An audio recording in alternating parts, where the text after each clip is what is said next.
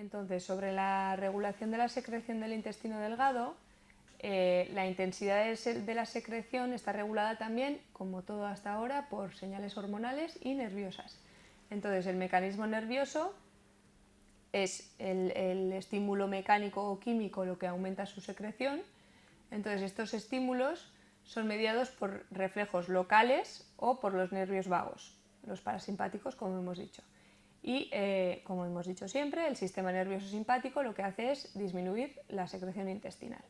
Entonces, luego están los mecanismos hormonales, que son la secretina y la colecistoquinina, que aumentan la secreción intestinal. Entonces, vamos a hablar un poquito de la digestión de cada grupo alimentario. Entonces, primero de todo vamos a hablar de los hidratos de carbono. Más o menos en una persona adulta normal, el consumo diario de hidratos de carbono en una dieta normal suelen ser de 250 a 800 gramos. La mayoría son grandes polisacáridos o disacáridos, que polisacáridos son el almidón, por ejemplo, y los disacáridos, pues el azúcar habitual, la lactosa y otros. Luego veremos algunos dibujos.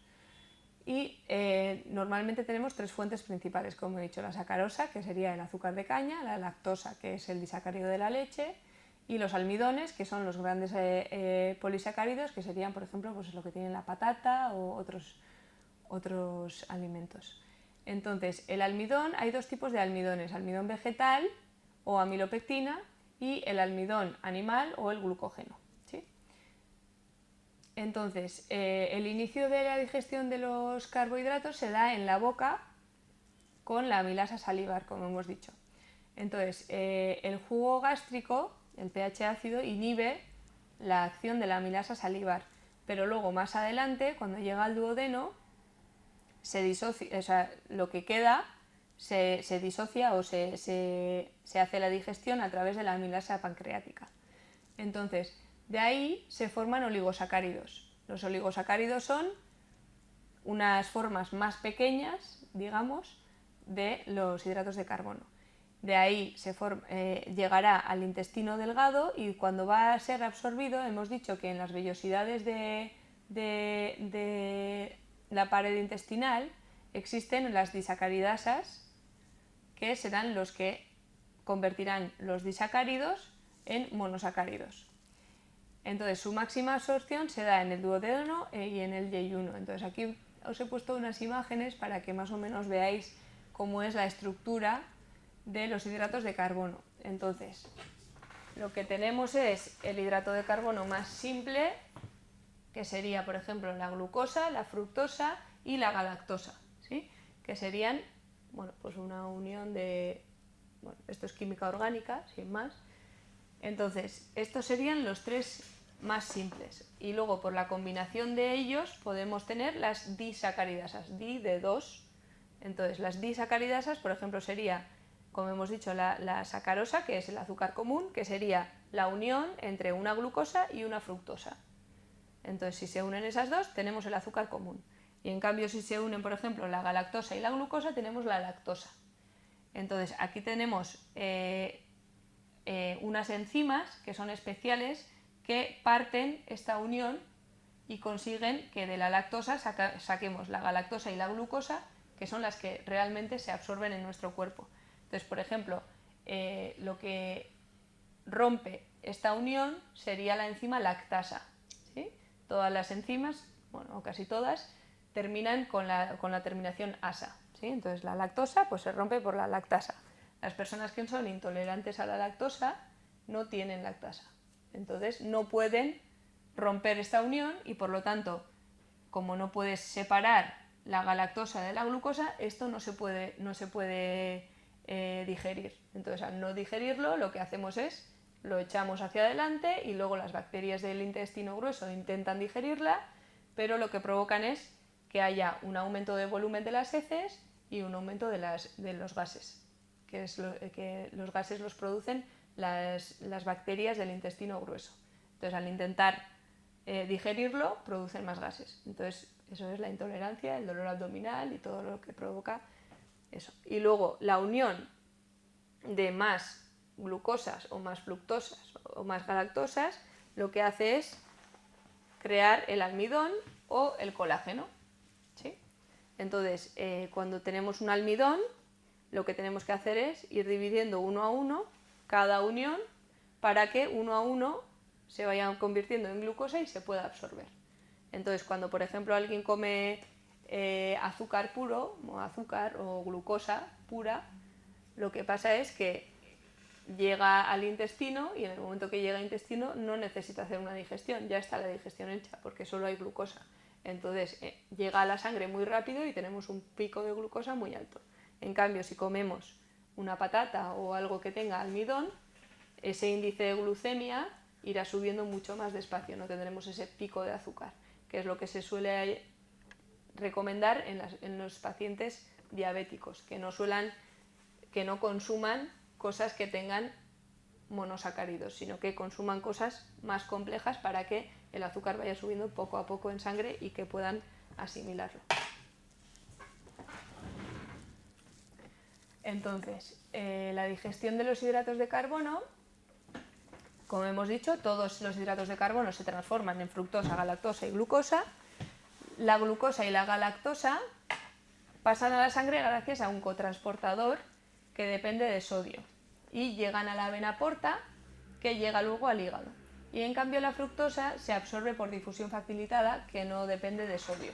Entonces aquí os he puesto una imagen en donde se ve que la glucosa y la galactosa dependen de un cotransportador con sodio. ¿Eso qué quiere decir? Que cada vez que una glucosa entre en la célula tendrá que entrar un sodio con ella. Si no hay sodio, no puede entrar. Y en cambio la fructosa entra directamente sin necesidad de ningún sodio y de ahí pasará a la sangre.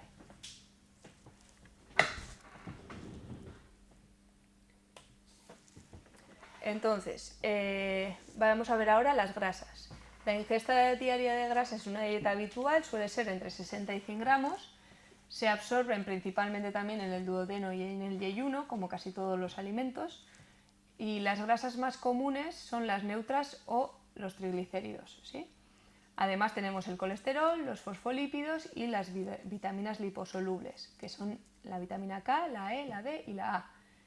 Entonces, en el estómago lo que pasa es que forman grandes gotas de grasa, ¿no? Nosotros tenemos un medio hidrosoluble, o sea, soluble en agua, entonces es como si tuviéramos el estómago lleno de agua, y entonces las grasas lo que hacen es formar unas gotas grandes, ¿no?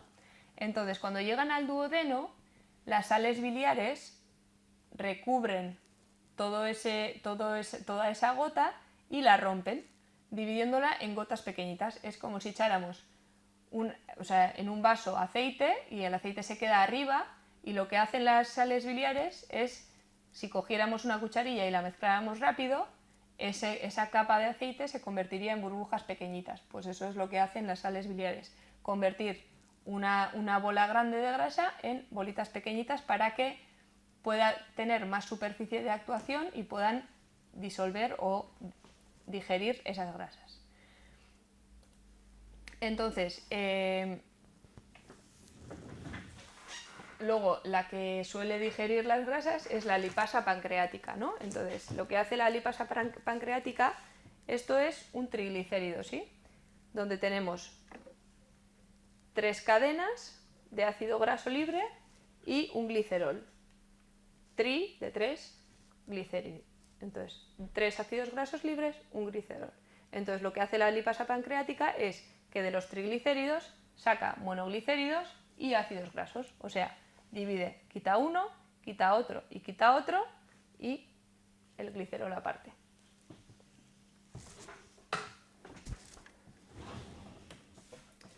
Entonces, los ácidos grasos que salen de aquí,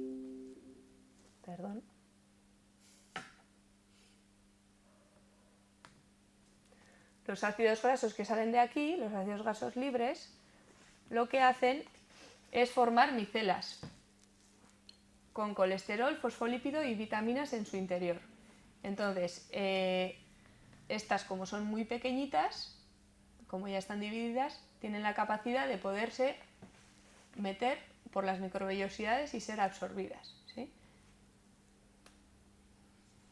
Como hemos dicho, las micelas el lado de fuera es hidrosoluble y el lado de dentro será liposoluble.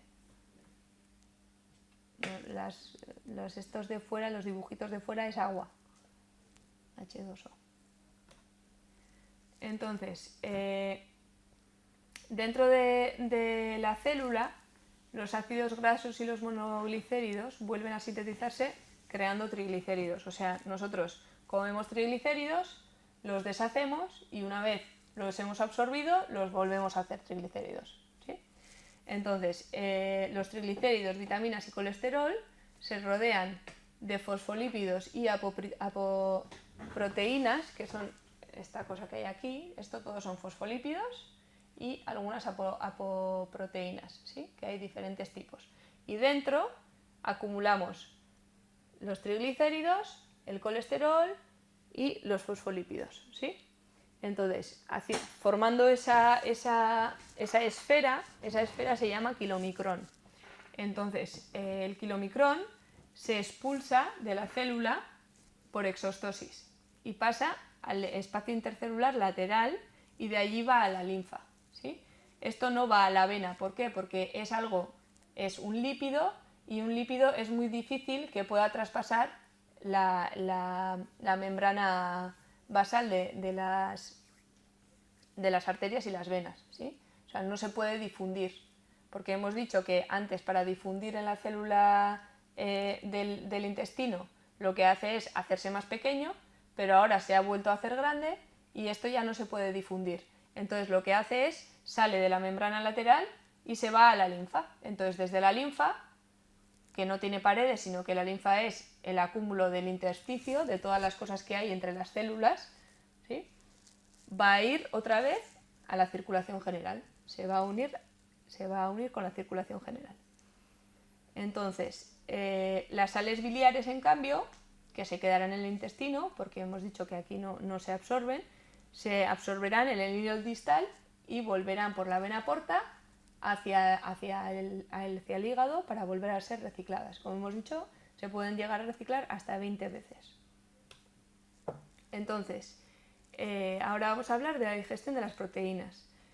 Más o menos la ingesta diaria de proteínas suele ser entre 70 y 90 grados. Hoy en día seguramente más, porque estamos ahora en la moda de las proteínas, pero por ahí debe ser. Entonces, en el estómago, la pepsina convierte las proteínas en grandes polipéptidos. La pepsina solo actúa en pH ácido y es el único enzima que digiere el colágeno. Entonces, solo se digiere en el estómago de 10 al 20% de las proteínas. Y luego pasa al intestino delgado, donde se digieren el 80-90% de las proteínas. Y ahí los que actúan son los enzimas proteolíticos del páncreas, los pancreáticos. Entonces, la tripsina, como hemos dicho, divide las proteínas en péptidos pequeños y las peptidasas de las microvellosidades dividirán los péptidos pequeños en aminoácidos simples. Entonces, llegan al duodeno y lo que hacen es entrar por cotransporte de sodio. Como hemos dicho igual antes con la glucosa y la galactosa, estos también, los aminoácidos, entran por transporte activo o transporte activo secundario con sodio.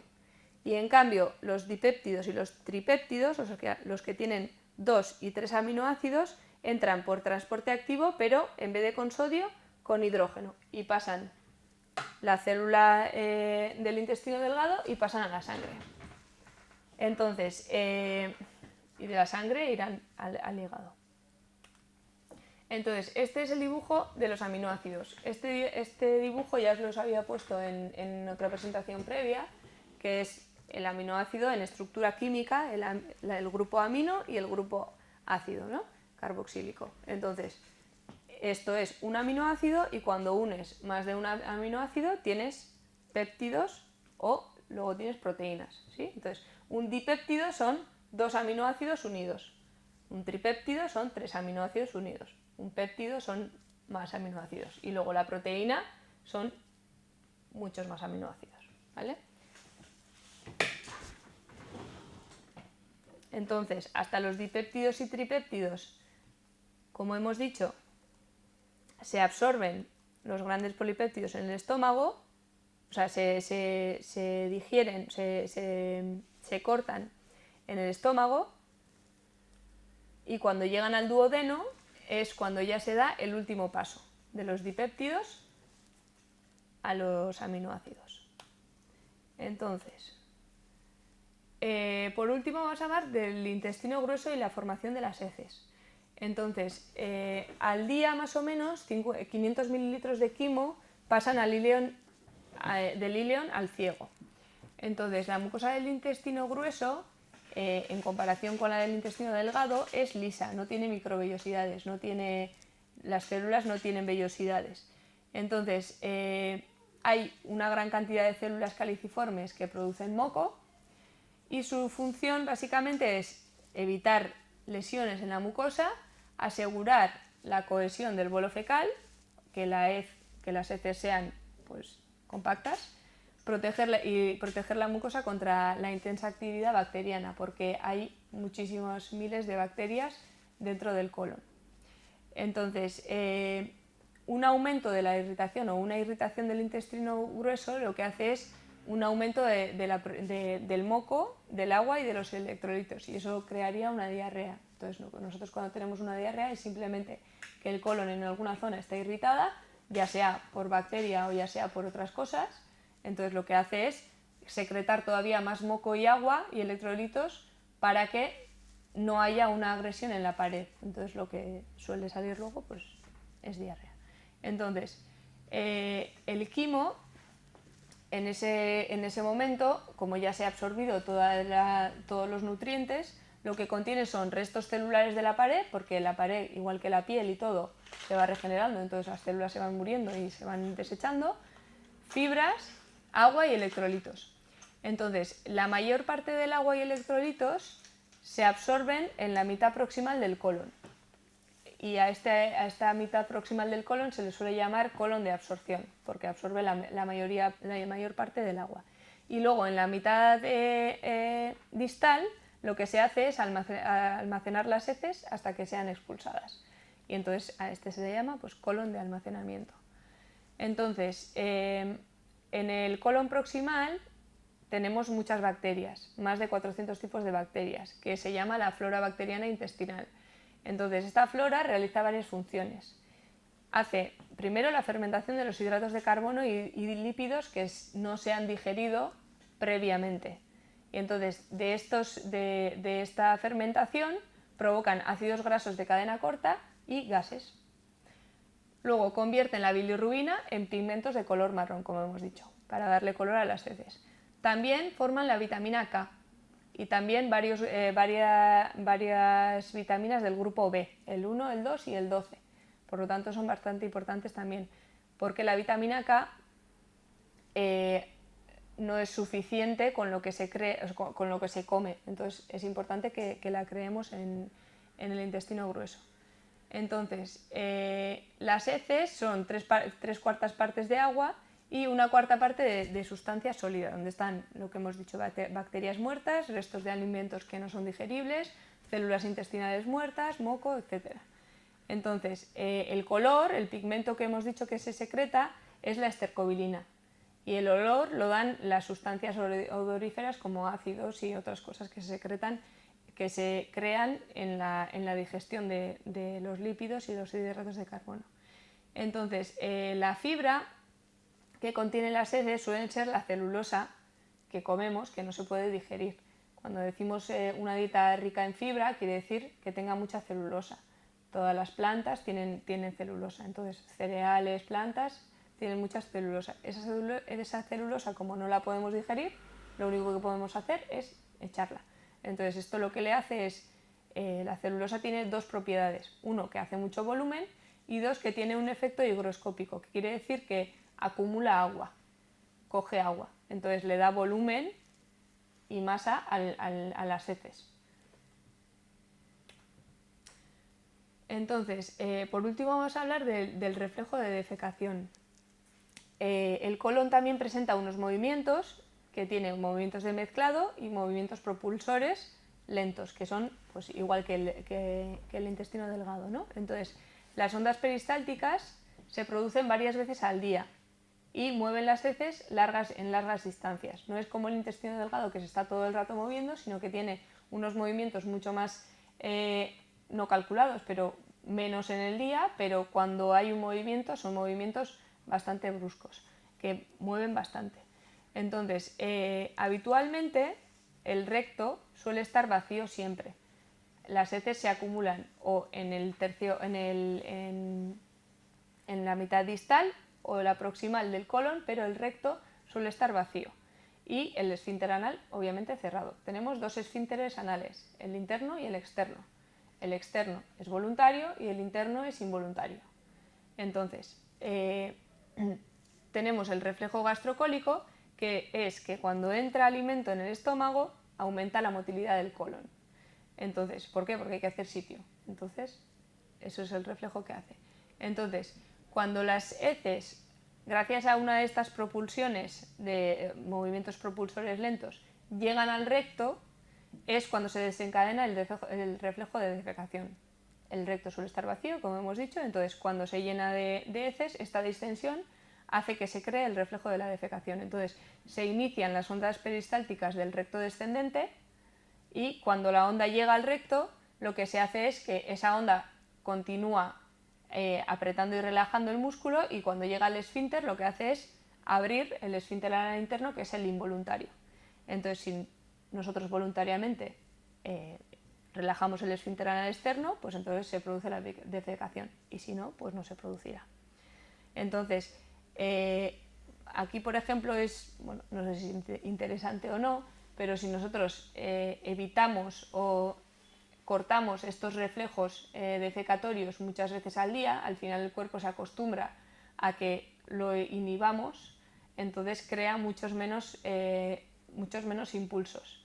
Entonces el hecho de aguantar puede crear un estreñimiento. Y con esto terminamos esta clase. Gracias.